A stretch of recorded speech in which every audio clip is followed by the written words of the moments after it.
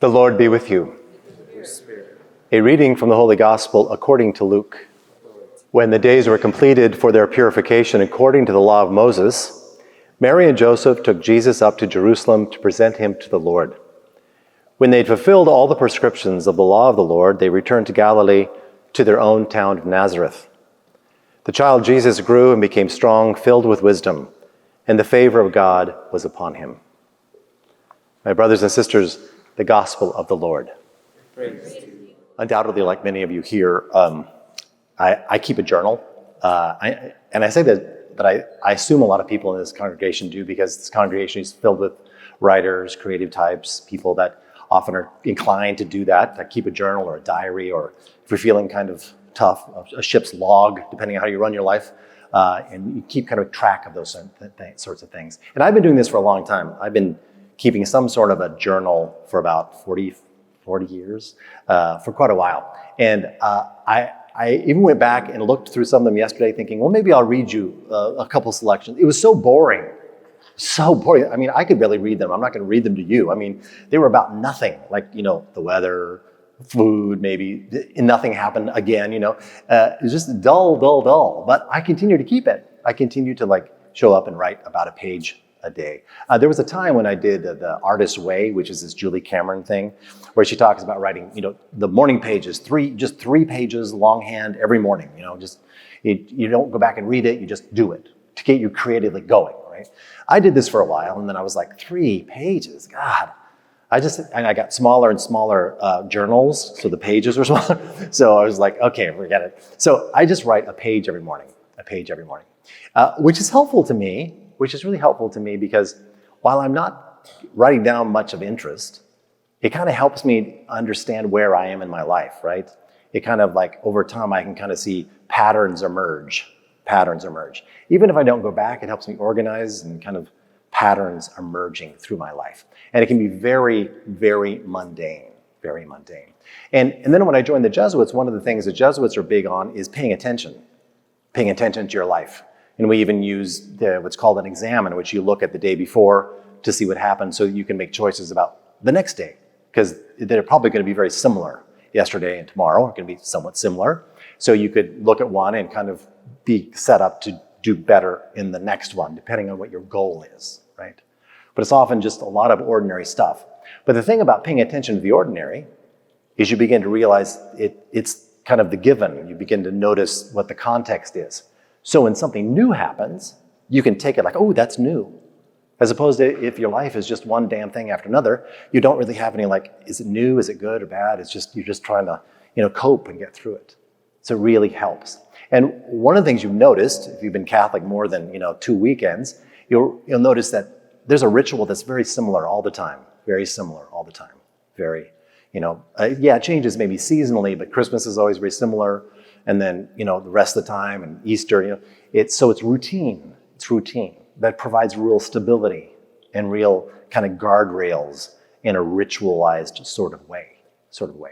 Now, we're not the Christianity is not the first ones to do that, obviously. And we see in this story of Jesus, we see that in the telling of Luke is the one that's writing this, he's very intent on expressing to his audience that Jesus comes from a Jewish household, a Jewish home. And so they observe all of the rituals. That's the kind of home he's from. He's a very faithful, it's a spiritual spiritually directed home. And so when new things happen, which are going to happen a lot in Jesus' life, they look new and with the background of this ritualized tradition, right? So that's what we see. And this is the time of year where we look at the Holy Family. We celebrate the Holy Family. Now, that's tricky because there's almost nothing in the Bible about the family, the Holy Family, Joseph, Mary, and Jesus. There's just very little. In this particular telling from the Gospel of Luke, you have Jesus is born, shepherds, angels, lots of drama, and then they present him at the temple, they do this. Then they go home. And then he kind of shows up when he's 12. He's at the temple, he shows up at the temple, he gets left behind, there's that incident, but then nothing. So basically from year one incident, and then all the way till he's 30, it was just too boring to keep track of. There was nothing to report. He just grew up. But we call this the hidden life of Jesus. The hidden life of Jesus. And it's really appropriate that we celebrate the family and the hidden life on the same weekend. Because I don't know if any of you are in families, but being in a family is often just boring. Like there's nothing going on, which is kind of nice, right? That's what you want in a family, like a lot of stability and things are okay. You can actually grow up and you can learn stuff and all that stuff is possible because it's a certain level of mundane, kind of regular life, routine. So the hidden life of Christ. Now, for me, the hidden life of Christ is really useful for my prayer. Because even though it's not recorded, we know that Jesus was doing something for 30 years. He was growing up, going to school, having friends, learning a trade, all those sorts of things.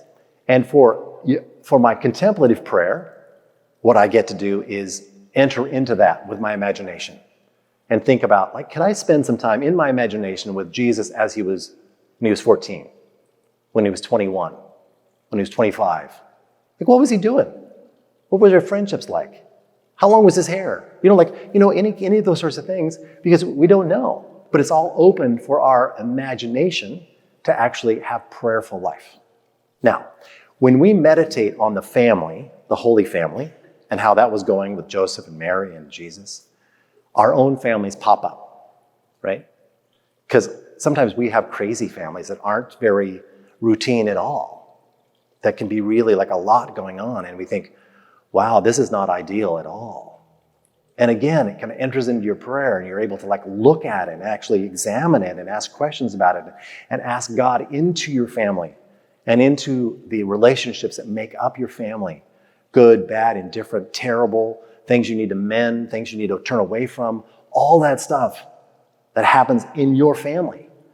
Because that's actually what's happening, even though your life might seem pretty mundane.